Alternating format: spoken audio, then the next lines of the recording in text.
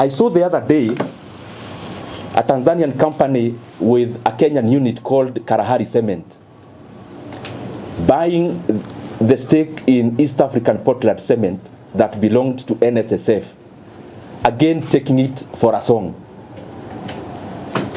Why is this massive interference with NSSF?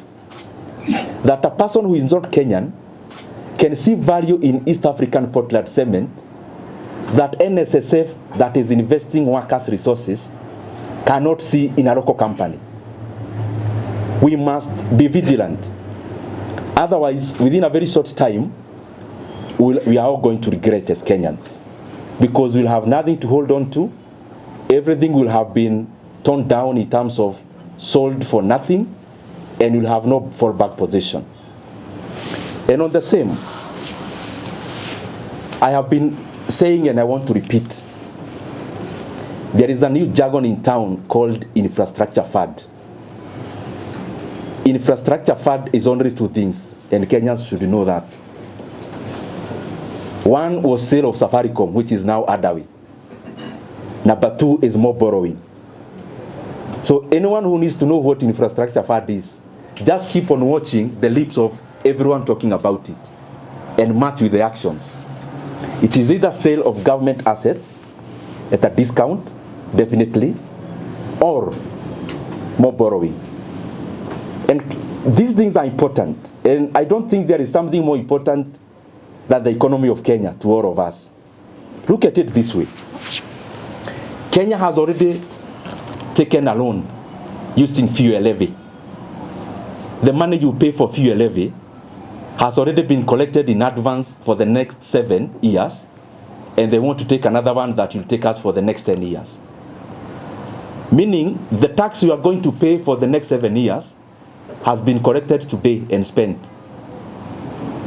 The unfortunate thing, and especially around that fund, is that local institutions, and especially banks, took part, and especially banks where GOK has a stake or controls. That we are collecting taxes because levy is like tax. The money that was to construct roads for the next 7 years has already been collected as we talk.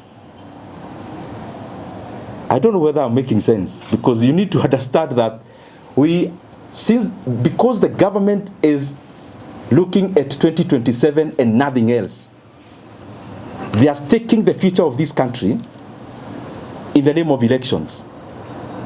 So we want to do everything that Kenyans can see.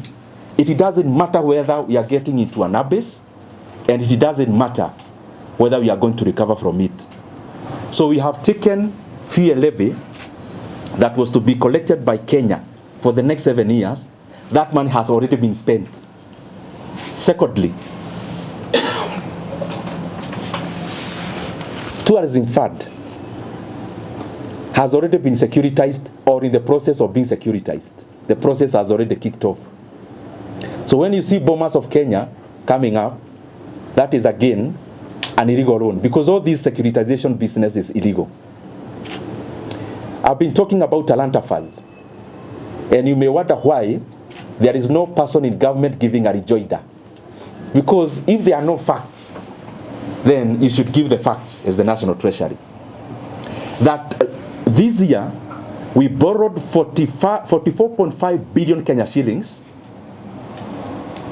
where Kenya is going to pay an interest rate or an interest sum of 100 billion Kenya shillings in the next 15 years. Can you imagine that?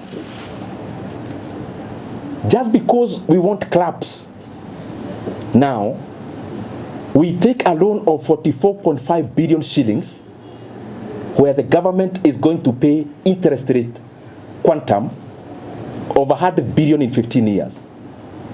So the Talanta Stadium, you see, the cost is not 44.5 billion. And I've been repeating this, and I want to repeat. The real cost is over 140 billion Kenya shillings. So we need to ask ourselves as Kenyans whether these are the kind of decisions that we want made for our economy. Now, they're in the process now of securitizing your housing levy. that the housing levy Kenyans are paying, so that they remove the talk of whether it can be reduced or not. The government is again kicking off the process of securitizing. Securitizing is just a heavy word to confuse Kenyans. Of borrowing through mortgaging the housing levy. So they are collecting it in advance. Now, what this is doing to the economy, and it is deliberate, the government is running away from budget. They want to control development in another book called Infrastructure Fund. And I just want to repeat, Infrastructure Fund is only a composition of two things. Sale of government assets, including Safaricom, and more borrowing. All the other hurabalo you hear